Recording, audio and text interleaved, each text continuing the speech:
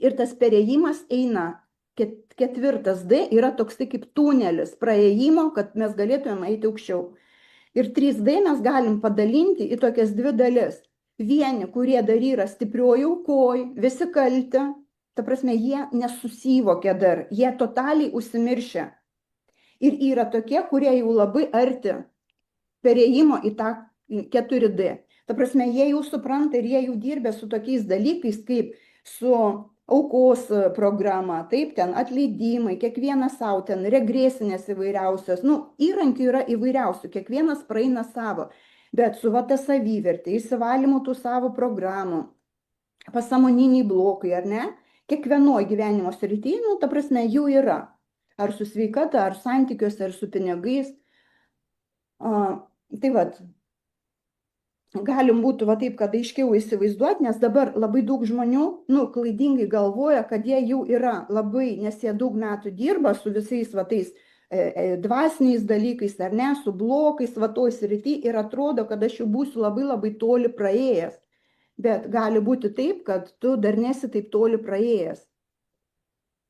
Ir dabar vėl grįžtu prie to savo situacijos, ar ne, mane pradėjo totaliai mėtyti įvairiuose būsenose. Ta prasme, tu nebesupranti, psichikoje vyksta įvairūs dalykai, todėl kad kas tuo etapu gaunasi. Tu praeini vadinamą juodąją sielos naktį.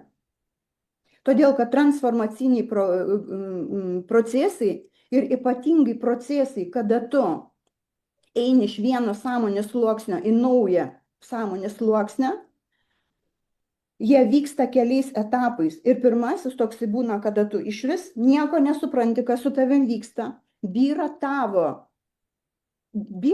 aplinka. Santykiai pradeda, kažkokie karminiai dalykai išlysti. Piniguose kažkas neveikia, procesuose neveikia. Taip, gal nebūtinai jūsų artimų žmonių. Tu jau savo tame matyme matai, kad čia kažkas ne to. Taip, mes turim vidinę nuojautą, mes pradedam matyti, kad kažkas tai ne to.